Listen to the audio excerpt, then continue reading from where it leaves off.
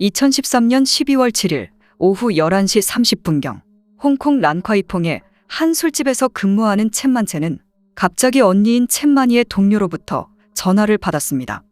12월 3일 첸마니의 동료인 리아오징은 첸마니와 몇몇 친구들과 함께 밤 파티에 가기로 약속했지만 무슨 일인지 그날 첸마니는 파티에 나타나지 않았습니다. 몇몇 친구들은 상황을 알아보기 위해 첸마니의 휴대폰으로 전화를 걸었지만 계속해서 연결되지 않았고 결국 첸마니의 회사에 전화를 걸었는데 12월 4일 오후 1시 45분에 그녀가 병가를 냈다는 것을 알게 되었습니다. 이후에도 계속해서 첸마니와 연락이 닿지 않았고 누구도 첸마니의 구체적인 거주지를 몰랐기 때문에 결국 리하오징은 첸마니의 여동생에게 전화를 건 것이었습니다. 첸마니는 장녀였으며 그녀에게는 동생 첸만첸이 있었습니다. 첸마니는 중학교 때부터 성적이 매우 좋았으며 2004년에는 학생들 중 유일하게 장학금을 받기도 했습니다. 2006년 첸마니는 홍콩 중문대학교 경영학과에 입학했는데 졸업한 후 그녀는 부모님의 뜻을 따르지 않고 친구의 소개로 드래곤에어라는 항공사에 지원하게 됩니다. 그렇게 그녀는 스튜어디스가 되어 3년 동안 운항해 왔었습니다. 첸마니의 직업 특성상 그녀의 여동생인 첸만체는 종종 언니를 보지 못했었습니다. 두 사람 모두 부모님과 함께 아파트에 살고 있었고 같은 방에서 2층 침대를 사용하고 있었습니다. 12월 5일과 6일 첸만체는 집에 있었지만 언니인 첸마니를 보지 못했습니다. 그녀는 언니가 출장 중이라 생각해 전혀 신경 쓰지 않았죠. 그러나 리하오징에게 걸려온 전화에서 언니가 병가를 냈다는 사실을 알고 그녀는 이제 뭔가 잘못되었음을 느꼈습니다. 전화를 끊은 후 첸마체는 언니의 남자친구인 후아창에게 전화를 걸었습니다. 하지만 언니의 남자친구 역시 전화를 받지 않았습니다. 결국 첸마체는 서둘러 집으로 돌아갔습니다. 집에 들어서자마자 우선 첸마체는 침실을 확인했는데 평소 언니가 사용하던 검은색 여행 가방이 보이지 않았습니다. 또한 언니가 자주 가지고 다니던 흰색 핸드백도 화장대에서 보이지 않았습니다. 일반적으로 첸마니는 일하지 않았을 때 없어진 가방과 핸드백을 침실에 두었었습니다. 첸마체는 혼란스러워하며 주변을 둘러보고 있었는데 언니의 침대 이불이 부풀어 오른 것을 발견했습니다. 그녀는 조심스럽게 2층 언니의 침대로 올라가 이불을 들어 올렸고 이불 밑에는 언니의 유니폼과 흰색 핸드백 그리고 하이힐이 놓여 있었습니다. 첸마체는 언니의 침대 위에 유니폼과 핸드백이 있다는 것은 어떻게든 이해할 수 있었지만 그러나 하이힐이 있다는 것은 결코 이해할 수 없었습니다. 첸마니는 어렸을 때부터 결백증이 있었기 때문에 절대 하이힐을 침대에 두지 않았을 것을 첸마체는 알고 있었습니다. 생각할수록 이상함을 느낀 첸마체는 자고 있는 부모님을 깨워 자초지종을 자세히 설명했고 이제 세 사람은 두 자매가 사용하는 방을 자세히 살펴보기 시작했습니다. 아버지는 조심스럽게 첸마니의 옷장을 열었는데 한 쌍의 다리를 보고 말았습니다. 아버지는 너무 놀라 비명을 질렀고 첸마체는 아버지가 더 이상 옷장을 열지 못하게 막았습니다. 이어 그녀는 오전 2시 10분에 신고 전화를 걸었습니다.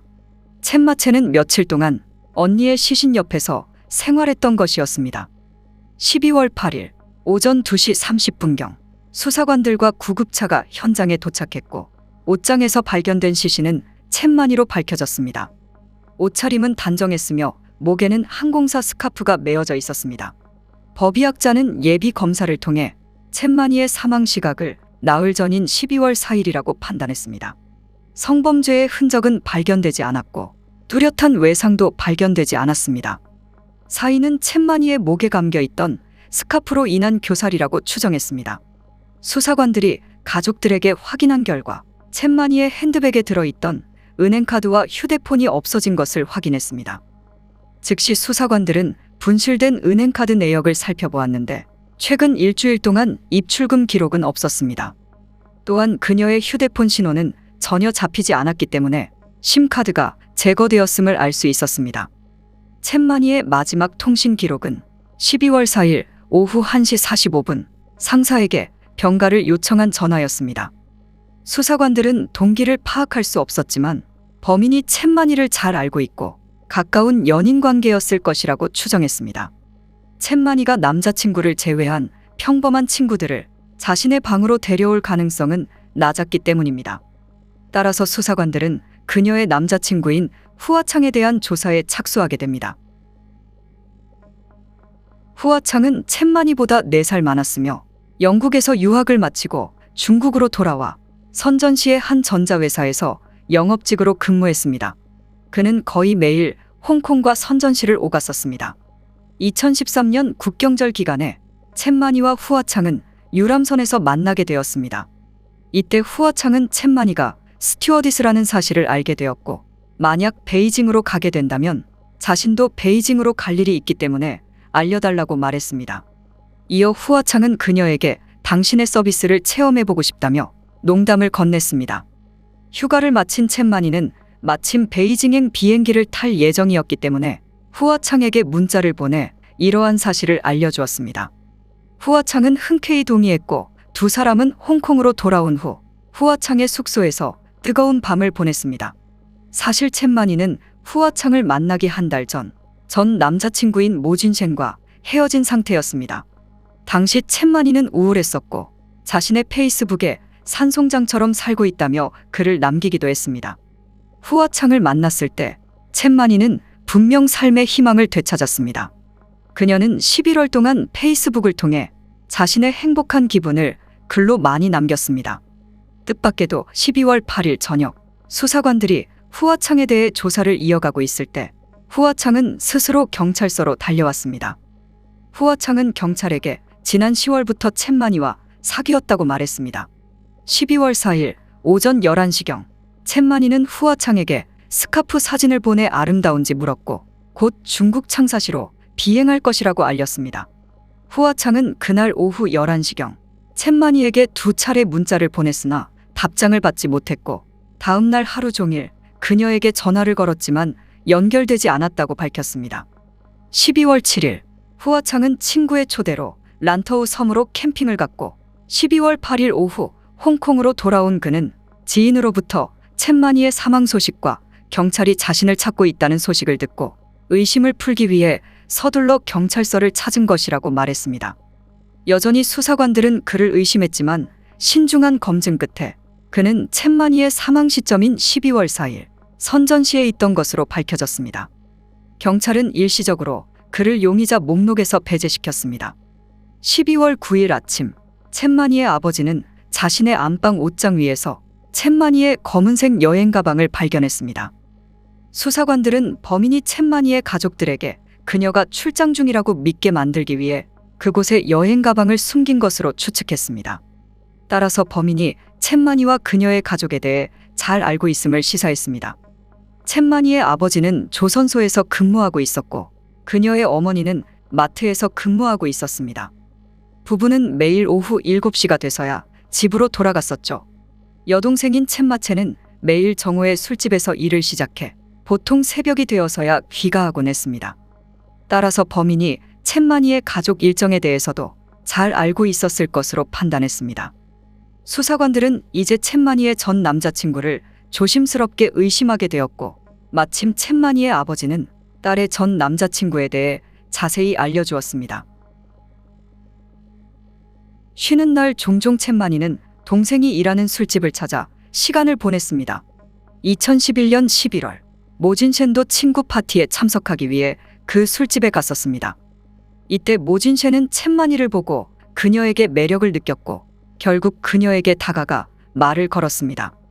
모진셴은 1987년 11월 4일생으로 중국 선전시에서 태어났습니다.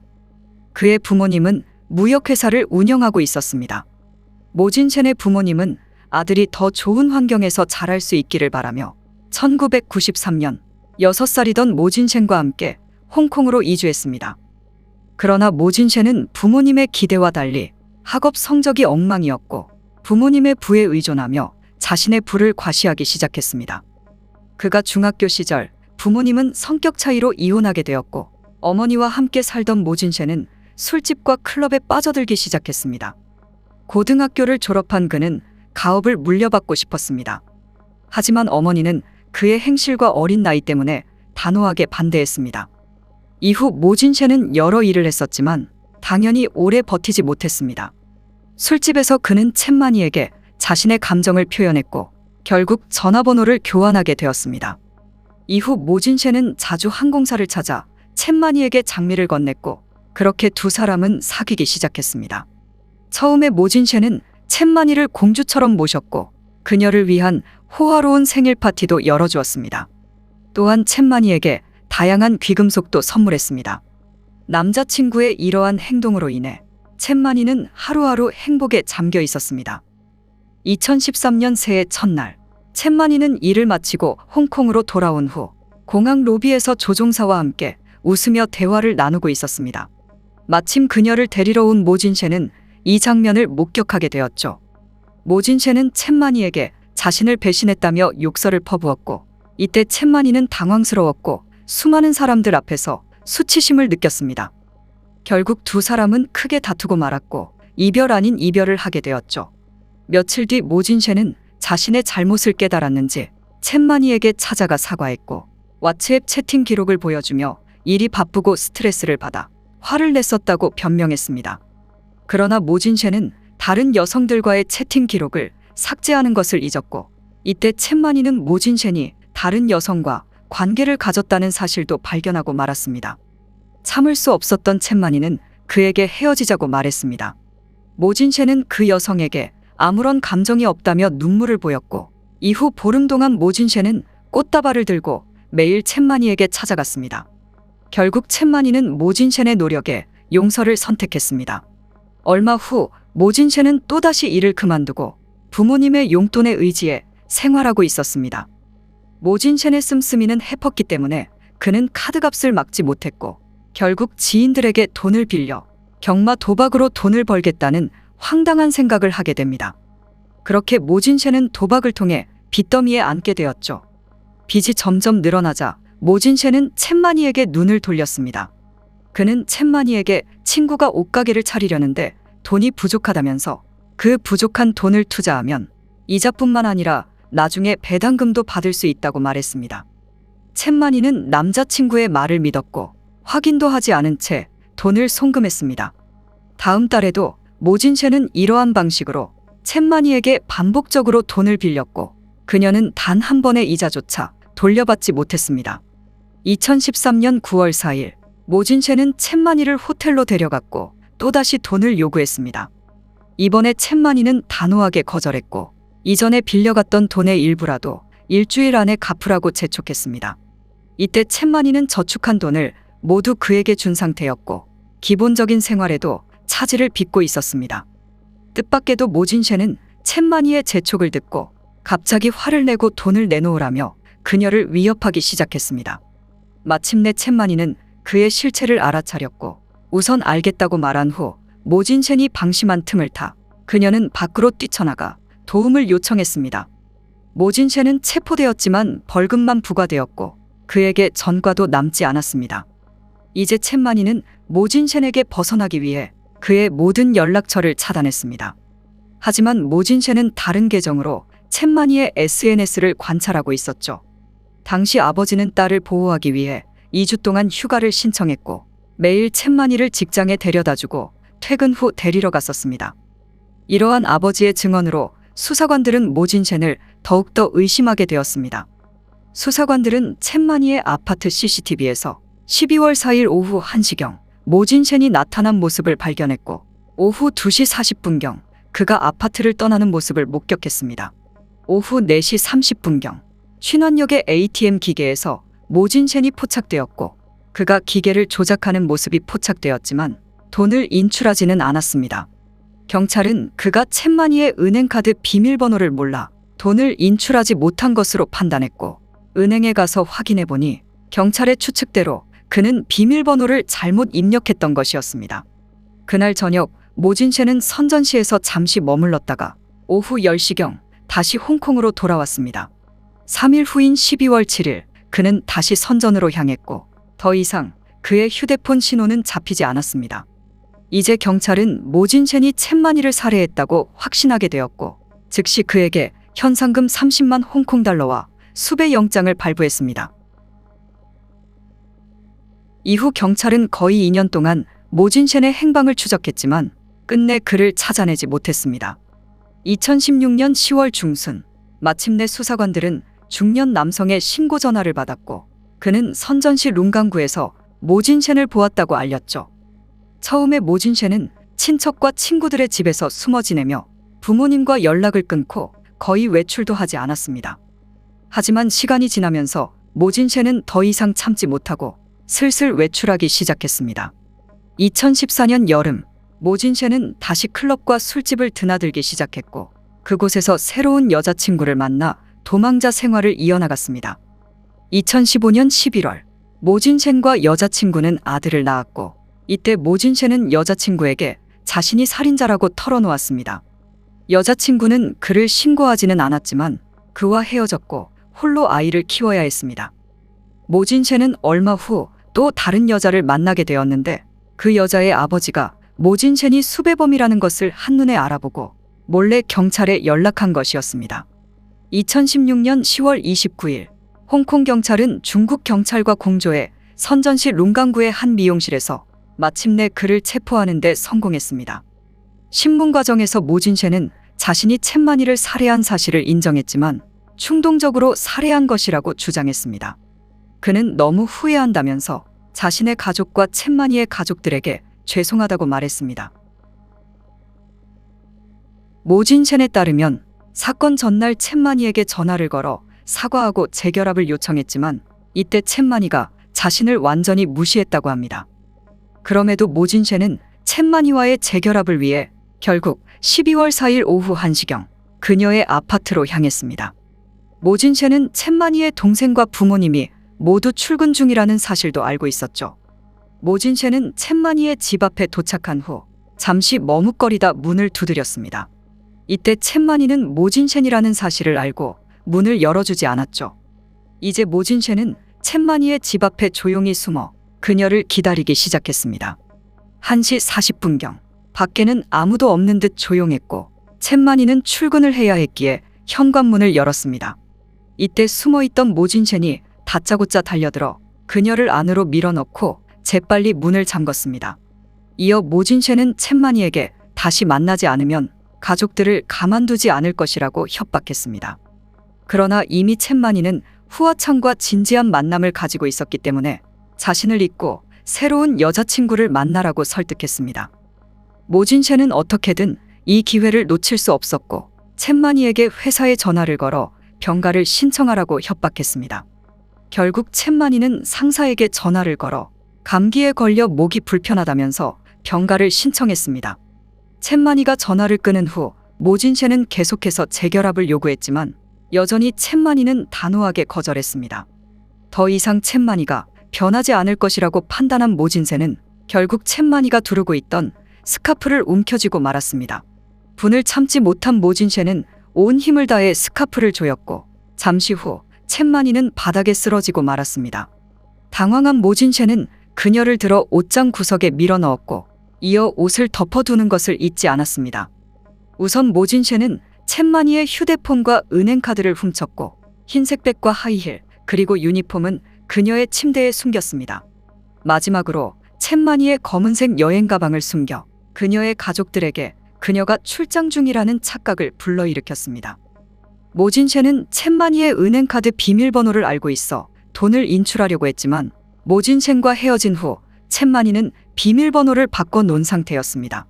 이어 모진셴은 그녀의 휴대폰 심카드를 꺼내 길가 쓰레기통에 버렸고 첸만이의 휴대폰은 휴대폰 매장에서 1200 홍콩 달러에 팔았습니다. 2018년 4월 19일 법원의 심리가 시작되었는데 모진셴은 이전 자백을 철회하고 새로운 버전을 늘어놓기 시작했습니다. 모진셴은 첸만이가 성질이 고약한 여자라면서 여동생이 근무하는 술집 남자 손님들과 하룻밤을 보내는 천박한 여자였다고 주장했습니다. 첸만이의 이러한 문제 때문에 자주 다투게 되었고 결국 헤어지게 된 것이라고 주장했습니다.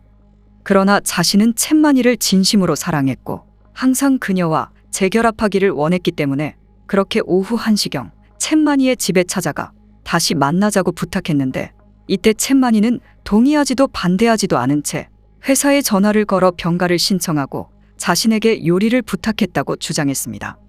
전화를 끊고 첸만이가 화장실에 갔을 때 그녀의 휴대폰이 울렸습니다. 이때 무심코 모진셰는 첸만이의 휴대폰을 살펴보았고 첸만이에게 남자가 있다는 사실을 알게 되었습니다. 모진셰는 첸만이에게 후아창에 대해 묻기 시작했고 그녀의 침실에서 다투기 시작했습니다.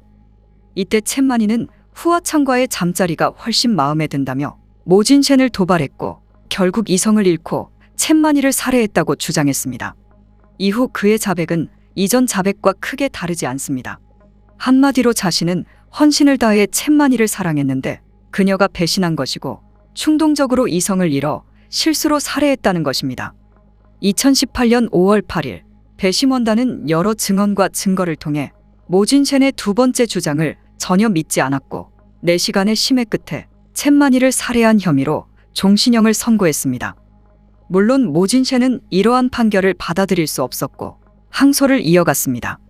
2020년 3월 26일 항소심에서 그는 다시 종신형을 선고받았습니다.